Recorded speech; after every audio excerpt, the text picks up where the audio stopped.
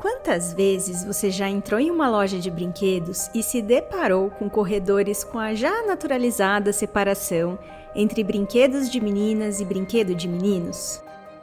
Os brinquedos são objetos que estimulam a imaginação da criança, e a brincadeira também é uma representação do mundo. Ou seja, mesmo brincando, se tem uma imitação da realidade. Para as meninas, é sempre muito comum brinquedos que estimulam a maternidade, como bonecas, o cuidado com os afazeres domésticos, cozinha de brinquedo, panelinha e até mesmo cuidado estético, maquiagens e afins. Já para os meninos, o mais frequente são os brinquedos que estimulam a criatividade, a solução de problemas, ou mesmo aqueles que provocam qualidades heróicas, superpoderes, força. Desde a primeira infância, os brinquedos divididos por gênero ensinam as crianças, mesmo que indiretamente, a reproduzirem a realidade cultural e social adulta apoiada nessa divisão, em que o menino deve crescer e se tornar um homem forte e capaz, pronto para o mercado de trabalho, sem grandes responsabilidades domésticas, e que a menina deve crescer e se tornar uma mulher dedicada aos afazeres do lar, preparada para ser mãe e prezar pela beleza. Vai me dizer que você nunca parou para refletir nisso? O nosso episódio de hoje discute os impactos dos estereótipos na socialização das mulheres e como afetam sua vida adulta e até a escolha da sua carreira profissional. Por que você escolheu a engenharia? Eu era uma pessoa que eu só me dava bem com cálculos, tentei engenharia mesmo porque era o que eu achava que combinava comigo. Eu sempre fui uma criança muito curiosa, sempre queria saber como as coisas funcionavam, eu pegava a ferramenta do meu pai e desmontava as coisas em casa. E aí meu pai me fez ter um amor muito grande por carro desde muito nova e vim pra engenharia mecânica. Eu gostava de matemática e física na escola. Eu gostava de desmontar brinquedo, de entender como que as coisas funcionavam, olhar máquina de carrinho. Porque sempre foi uma vontade minha muito grande de aprender mais sobre a parte automotiva. O meu pai, ele trabalha com essa parte, mexendo com peça de carro, então eu sempre peguei amor desde pequena. Eu fiz umas análises do que eu gostava e aí eu escolhi engenharia ambiental porque eu gostava de matemática e gostava mais da área ambiental. Quais os tipos de brinquedo que você costumava ganhar quando era criança? Barbie, coisa de casa, kit de vassoura, rodinho, pazinha, uma pia de lavar louça, negócio de fazer sorvete. Barbie. Basicamente Barbie, Polly. Teve uma vez que eu ganhei aquela montanha-russa da Polly. Foi um dos brinquedos que eu mais brinquei na vida. Eu costumava ganhar boneca. Meu pai já me deu bola de basquete, de futebol. Eu queria muito a pista da Hot Wheels, do Tubarão. Meu pai me dava muito carrinho, só carrinho. Os outros parentes, galera me dava brinquedo de menino. Eu pedi muito pra minha mãe a pista da Hot Wheels. E aí eu ganhei uma pista da Polly. Era um shopping rosa. Eu odiava ganhar coisa rosa. Só que era uma pista de carrinho, então eu não podia reclamar. Eu fiquei feliz. Só que eu queria da Hot Wheels. Já ganhei muita boneca. Já ganhei com a carrinho Hot Wheels, que eu gostava muito. Barbie. Bonecas, Barbies, carrinhos da Barbies, avião da Barbie. Você já ouviu algum comentário desconfortável com relação ao curso que você faz? Sim, bastante, porque sempre me perguntam, mas tem menina fazendo? Tem área pra você? Sempre tem esse tipo de pergunta e isso, também vem da minha própria família. Sempre. Tem gente que fala que não é um trabalho pra mulher, é muito técnico, que muitas vezes a mulher não é capaz. Invalidam minha opinião sempre, invalidam as coisas que eu falo, que muitas vezes estão certas. Nossa, mas direto. Corajosa. Tem muito homem? Você tem quantas meninas na sua turma? O pessoal fala, mas é um curso mais de homem, né? É um curso muito masculino. Normalmente as pessoas não sabem o que a gente faz, né? Falam assim, nem sei o que é isso. Na escola, antes de entrar na faculdade, você se sentia estimulada a seguir uma carreira científica? Não, estimulada assim nessa parte não. Me sentia. Meus professores, eu era uma aluna muito boa. Eles sempre me acolheram, me incentivaram, me cobraram mais do que dos outros, então sempre fui muito incentivada a seguir uma carreira científica. Na minha escola até que sim, eles estimulavam bastante a gente ir pra essa área. Isso foi uma diferença que teve, assim, mas eu acho que foi exceções, né? A minha escola até que eu acho que sim, a gente tinha aula de iniciação científica, de fazer projeto. Não, nem um pouco, nem de fazer faculdade, não era incentivada a nada. Você lembra de ter estudado alguma mulher cientista? Eu acho que não, infelizmente. Nenhuma mulher. Não lembro muito, não. Na escola, não. Só a Marie Curie, que eu estudei por conta própria, que é a grande ídola, né? Só a Marie Curie, sempre ela.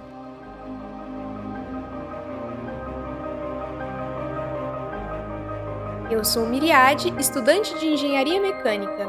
E eu sou Fernanda, professora de Sociologia, e esse é o Falando de Gênero, um podcast da UTF-PR do campus Londrina. Nós começamos esse episódio falando sobre brinquedos, e isso não foi por acaso. Quando a gente pensa nas nossas referências, nos modelos que vão nos formando, não dá para deixar de pensar nas representações que a gente acessa e reproduz durante a infância.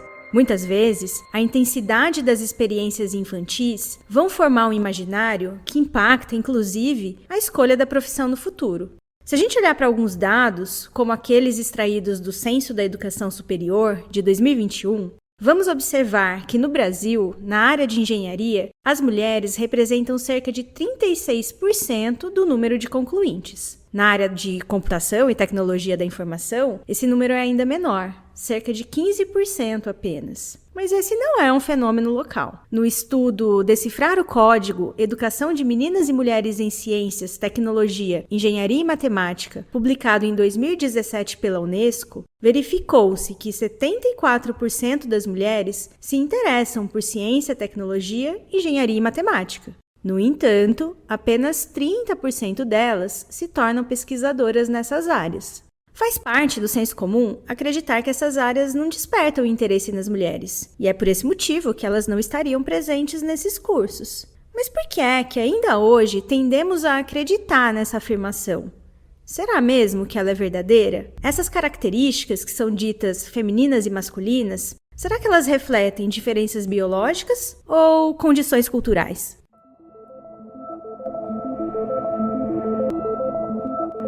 Desde cedo, as meninas são frequentemente expostas a estereótipos de gênero que associam habilidades matemáticas e técnicas aos meninos. Essa socialização pode não só afastar muitas meninas da ciência, mas também limitar o desenvolvimento de habilidades nas áreas de ciências exatas e de tecnologia. Por exemplo, meninas que são desencorajadas a brincar com brinquedos de construção podem perder a chance de desenvolver habilidades espaciais e de resolução de problemas, que são valorizadas em muitas carreiras, incluindo as chamadas STEAM, que é uma sigla que vem do inglês para Ciência, Tecnologia, Engenharia e Matemática. Essa desigualdade de gênero está historicamente enraizada e surgiu como uma justificativa natural de que certas aptidões são masculinas e outras femininas.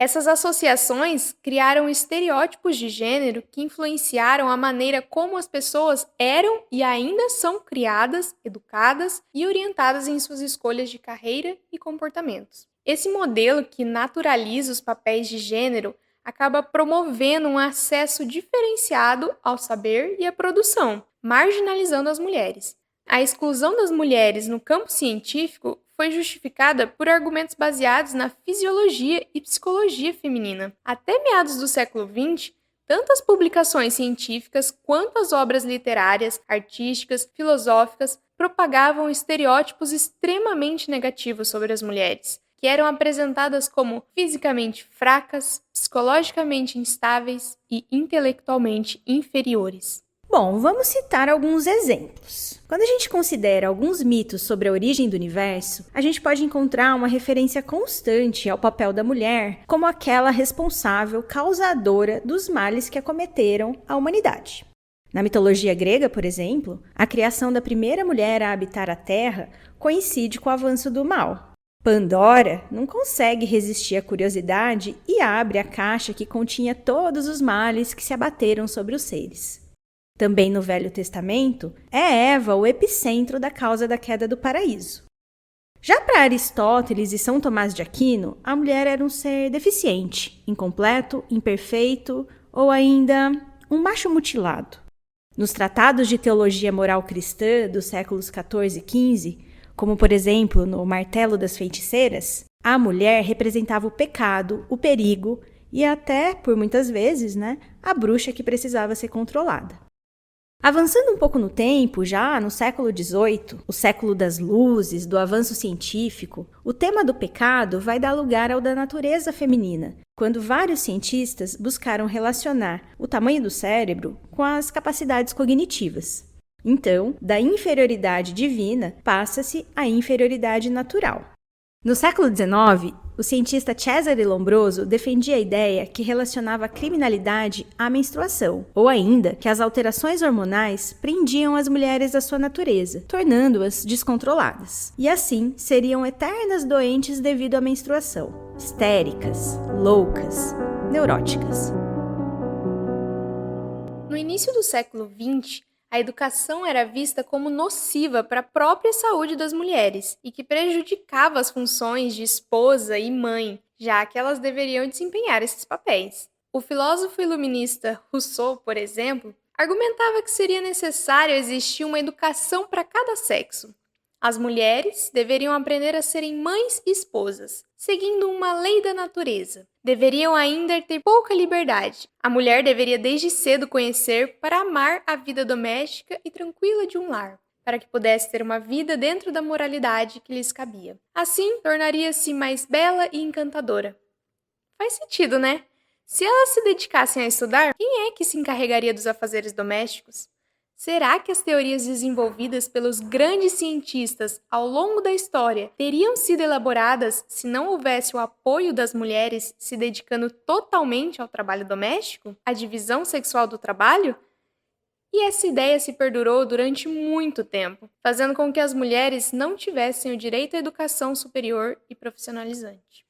O modo como homens e mulheres se comportam em sociedade corresponde a um intenso aprendizado sociocultural que nos ensina a agir conforme as prescrições de cada gênero. Existe uma expectativa social em relação à maneira como homens e mulheres devem andar, falar, sentar, mostrar seu corpo, brincar, dançar, namorar, cuidar do outro, amar. Conforme o gênero, também existem modos específicos de trabalhar, gerenciar outras pessoas, ensinar, dirigir um carro, gastar o dinheiro, ingerir bebidas, entre outras atividades. É claro que a cultura se transforma, mas é importante lembrar que ela também se cristaliza nas nossas instituições, em modelos de feminilidade e masculinidade que são reproduzidos na família, na escola, na religião, na mídia e na sociedade como um todo. O relatório da ONU, já citado, destaca que as meninas começam a perder o interesse pelas áreas de ciência, tecnologia, engenharia e matemática tão logo ingressam nas escolas. E essa tendência se acentua no ensino médio. Parte desse desinteresse se deve ao fato de que dificilmente as meninas se sentem representadas, já que tradicionalmente se segue uma metodologia de ensino pautada em uma narrativa histórica que minimiza o papel das mulheres na ciência. O estudo da doutora em educação Maria José Pinho, que buscou analisar livros didáticos de biologia utilizados no ensino médio, demonstrou que em um dos materiais observados foram citados 337 cientistas do sexo masculino, enquanto do sexo feminino só 19 cientistas foram mencionadas. E esse padrão pode ser notado também nas outras obras pesquisadas. Além disso, havia apenas uma única imagem de cientista mulher entre todos os livros investigados. Ou seja, essa representação pode levar à interpretação de que as mulheres não se dedicaram e ainda não se dedicam às ciências. Os livros didáticos mostram, mesmo que de forma indireta, que a ciência é um campo masculino, o que obviamente pode contribuir para a desmotivação de meninas a seguirem carreiras científicas. O estudo desenvolvido por Richard Lipa em Gênero, Natureza e Criação descobriu que a criança desenvolve interesse por diferentes brinquedos até o final do seu primeiro ano de vida e que a partir dos 2 anos começam a repetir comportamentos de pessoas do mesmo sexo e que só a partir dos 4 anos de idade é que elas aprendem a adaptar o seu comportamento conforme os estereótipos de gênero. Um estudo norte-americano realizado com 96 crianças na faixa etária de 6 anos pôde concluir que já nessa idade é interiorizada a ideia que associa uma capacidade intelectual de alto nível com a figura masculina. A configuração de fronteiras entre a esfera pública e esfera privada implica lugares distintos para mulheres e homens. Para a participação de mulheres na esfera pública, impõem-se filtros que estão vinculados às responsabilidades a elas atribuídas na esfera privada e à construção de sentidos do feminino que ainda guardam relação com a noção de domesticidade. Dentre as várias dificuldades que vêm influenciando para que as mulheres não tenham acesso ao mundo da ciência, está a dificuldade de compatibilizar a carreira profissional com a vida familiar. As mulheres ainda são majoritariamente responsáveis pelas atividades de cuidados do lar e de pessoas, e com isso, quando optam por seguir uma carreira profissional, tomam como dever conciliar com os afazeres domésticos, se sobrecarregando e assim, por muitas vezes, se desmotivando a progredir pela exaustão. No campo dos estudos sobre gênero, identificam-se outras formas de segregação enfrentadas por mulheres cientistas em suas carreiras. Uma delas é a suposição de que mulheres não são suficientemente competentes para áreas abstratas ou experimentais, desencorajando-as a seguir carreira nessas áreas. Outra barreira são as dinâmicas de poder internas a essas áreas. Em geral, os homens ocupam as posições de maior prestígio e remuneração, enquanto as mulheres ocupam os espaços menos valorizados. Um estudo do Departamento Nacional de Pesquisas Econômicas dos Estados Unidos, discutido recentemente na revista FAPESP, mostra que as mulheres que iniciam um doutorado em áreas de ciência, tecnologia, engenharia e matemática são 12% menos propensas a terminar as suas pesquisas em comparação com os homens. A pesquisa envolveu a avaliação dos dados de 2.541 estudantes que ingressaram em 33 programas de pós-graduação em 6 universidades do estado de Ohio entre 2005 e 2009. Entre os elementos que podemos citar para explicar esse fenômeno é o fato dos cursos serem compostos majoritariamente por homens, o que contribui para o estabelecimento de um ambiente hostil às mulheres, que envolve, muitas vezes, assédio moral e sexual, humilhação, menosprezo ou a rejeição de ideias manifestadas, por exemplo, por mulheres em reuniões de laboratório. Meninas e mulheres são desencorajadas a produzir conhecimento na área das ciências e tecnologia por fatores não relacionados à capacidade intelectual, mas por discriminação, falta de apoio e confiança e escassez de modelos femininos nessas áreas. Por que não ofertar atividades que estimulam diversas habilidades cognitivas e deixar que a criança escolha livremente com o que mais se identifica, ao invés de restringi-la a atividades pautadas em estereótipos de gênero?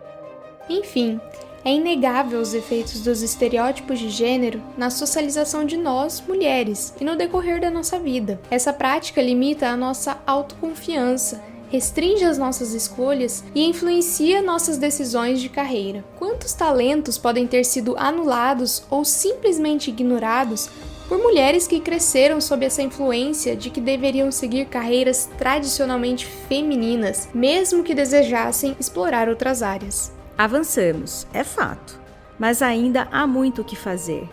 A desconstrução desses estereótipos de gênero passa pelo amplo debate sobre os seus fundamentos, desde a educação básica ao ensino superior, nas instituições públicas e privadas. A ampliação das possibilidades liberta não apenas as futuras gerações de mulheres para seguirem as suas paixões e talentos, mas promove igualmente uma sociedade mais justa, mais igualitária, mais democrática.